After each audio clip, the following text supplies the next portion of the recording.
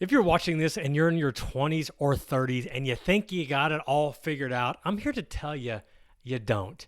You just don't. Here I am in my 40s. I can look back at my 20 and 30-year-old self and just know, dear Lord, and just know I made some pretty stupid decisions. I made a lot of dumb choices. Now, thankfully, a lot of the good choices worked out, so I'm doing okay. But if you're in your 20s or 30s, these are 9 uncomfortable truths that you need to learn before it's too late. And in case we haven't met before, hey, I'm Jeff Rose. I'm a certified financial planner, 7-figure online entrepreneur, hit multi-millionaire status in my 30s. So that's a little bit of the street cred, but just to go into this, let's just go ahead and dive in. The first uncomfortable truth that you need to know is that you need to reduce financial friction in your marriage. And this is a very controversial topic for a lot of people. I posted this on Twitter and threads, and dear Lord, some of the pushback I got was insane. But here is the controversial opinion that I have. If you're going to get married, there's no point in having separate accounts. Yes, I get there.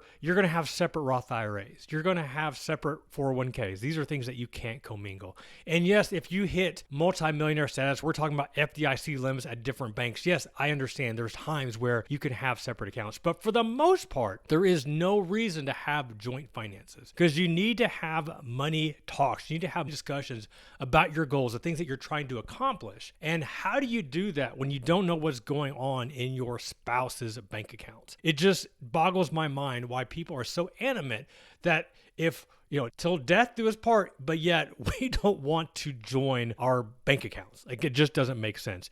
You need to have money talks. You need to have shared accounts. You need to have frequent conversations about what your money goals are. Uncomfortable truth number 2 is you gotta own your choices. You have to own the choices that you've made in the past. Once again, as I mentioned, I made a lot of dumb choices when I was young. And even in my adult life, I still continue to make dumb choices. When you make choices, there are consequences. When you make good choices, there are good consequences. When you make bad choices, there are bad consequences. So there is no one else to blame other than yourself. There's no more blaming our parents. There's no more blaming your siblings. There's no more blaming your boss. There's no more blaming the government or the past or future president. It's on you. It's on you to own and accept. Uncomfortable truth number 3, and it has everything to do with this bad boy right here. Whether you got an iPhone, Android, whatever is in your pocket, you can't ignore screen time. Because when we spend 2 to 5 hours a day doom scrolling on our phone, whether it's on Instagram or YouTube or TikTok or whatever is your social media or numbing out poison on this thing, when we're going to spend that much time wasting away, and then we try to claim that we don't have enough time. We don't have enough time to work out. We don't have enough time to start a side hustle. We don't have enough time to go back to school to get a different degree. We don't have enough time to apply to new jobs.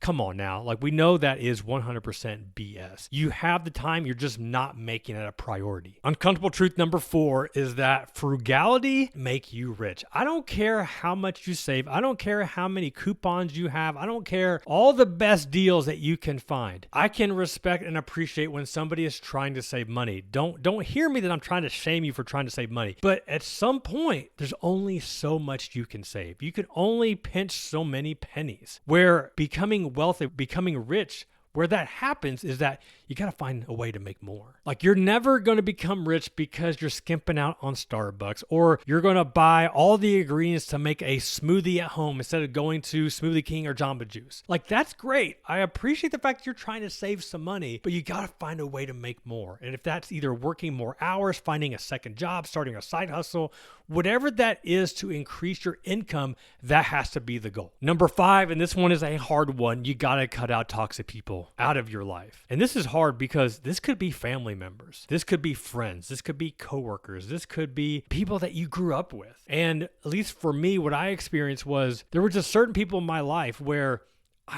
they just were not a good influence on me. Where I was drinking more, or I was spending more time doing activities that didn't involve my family, that I was just more selfish. And these are people where I finally started to mature and see, man, is this really the path that I want? Is this really the life that I want? And it wasn't like an immediate cutoff. It was just over time where I had to finally start saying no and declining invitations to activities I knew were just not positive for me, not healthy for me. Number 6, this is valuing your time. We talked a little bit of this about with screen time, but valuing your time and recognizing how precious your time is. Time is something that is the only asset that you can spend that you're never going to get back. Time is not infinite. You only have so much. And when you start appreciating and recognizing and respecting how much time you have in the day, how much time you have in the week, and then you start taking inventory and start tracking, how much time am I actually spending on my phone? How much time am I actually spending watching Netflix? How much time am I actually spending watching YouTube or just doing stuff that is not improving myself, that is not making me a better person? When you start respecting time, then you start making things that are actually important to you more a priority. Number 7, and this is a big one. This is the one of the big ones that helped me reach multi-millionaire status in my 30s, is that embracing online business. And online business is such a generic general term because there are so many different kinds and types of online business. Let me give you 2 quick examples that actually aren't me. So just recently I talked to a buddy of mine who I've known for a little while, started a YouTube channel. And his YouTube channel consisted of him finding distressed properties and cleaning them up for free and just recording and documenting the process. He's been doing this for about, I want to say, a year, maybe a year and a half. I don't think quite 2 years yet. Just recently, he had a video go viral. It's about 5 million views. That one video made him over $60,000. Now, if you're hearing that, you're probably thinking, okay, he made $60,000 off of one video. That is a true statement. And also, that was his 53rd video that he had uploaded. That's 53 weekends out of his life that he has committed to working his butt off to clear up these distressed properties and then doing all the video editing, doing all that on himself. So it took him some time. Nonetheless, he ended up making almost his annual salary from that one video. All because he embraced online business, all because he embraced that there's something out there that maybe he doesn't fully understand how it works, but he was willing to try. That's one example. Another example, and this was for me, was just like blowing my mind. So even though I had a YouTube channel going, I ignored Instagram for the most part. I don't know. I just had this more of a hate-love relationship for Instagram. So it wasn't just recently, I think it was last fall, where I started actually using Instagram to market myself, market my personal brand, get my products and my courses out there just so people understood that they even existed. So, and my wife, she actually was good in teaching me and showing me. She also does some online business, online marketing. So it was humbling to see these Instagrammers that were making 5-6 figures a month from their Instagram accounts. And some of these people had decent sized followings. I'm talking, over 100,000. But then just recently I came across a female Instagrammer. My wife showed me to her.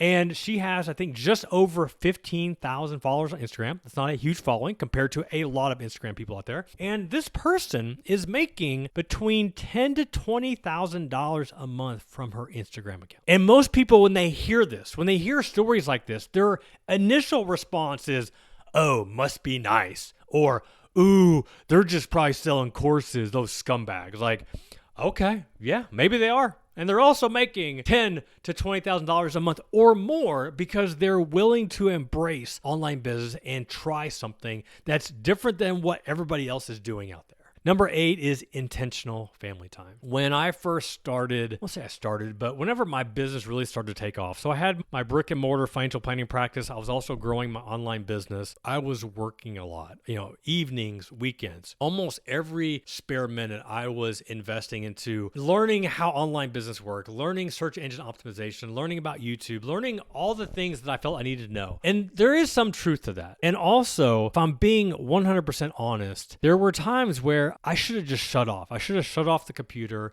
I should have put down the phone. I should have been more intentional with my time. Now, I'm grateful at that time, my kids were younger, so they don't remember all of that. They remember some. And here I am, my mid-40s, my oldest now, he's soon to be 17. My youngest, she's 9. So they're at an age now where I'm grateful I get to spend more time with them and be more intentional because these are memories that I know are going to last their lifetime. But you need to be more intentional with family time And if you don't have kids yet, that's being intentional with your spouse, or being intentional spending time with other family or with your friends, whoever is in your circle, as long as they're not the toxic people that we need to cut out like we mentioned earlier. Number 9 is learning high income skills. High income skills, like this wasn't around when I first started becoming an entrepreneur. And looking back, like it is 100% true. So when I think about the things that I had to learn that I didn't know, as already mentioned earlier, was search engine optimization. I had to learn copywriting. I had to learn online marketing. I had to learn how to structure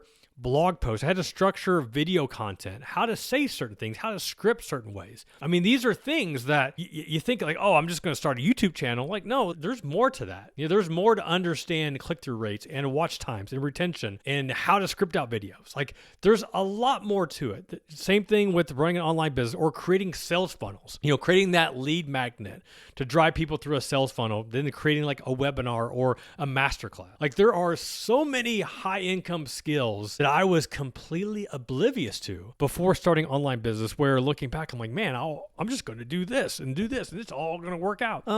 Yeah, it doesn't quite work out that way. It takes a lot of time and effort. And yes, you can hire people, you can take courses which can really give you shortcuts to help you cut out a lot of the crap that you could try to piece together by watching YouTube videos or reading blog posts or talking to other people. That all helps. It all helps. But at the end of the day, you got to do the work and you got to find out what those skills are that you need to advance in whatever you're trying to grow. All right, y'all, those are the 9 uncomfortable truths that you need to know if you're in your 20s or 30s. I hope that you are paying attention. If not, you might want to watch the video again. Be sure to hit like, subscribe. As always, this is Jeff Rose reminding you that it's your money, it's your life, and only you can make it awesome. Until next time, peace.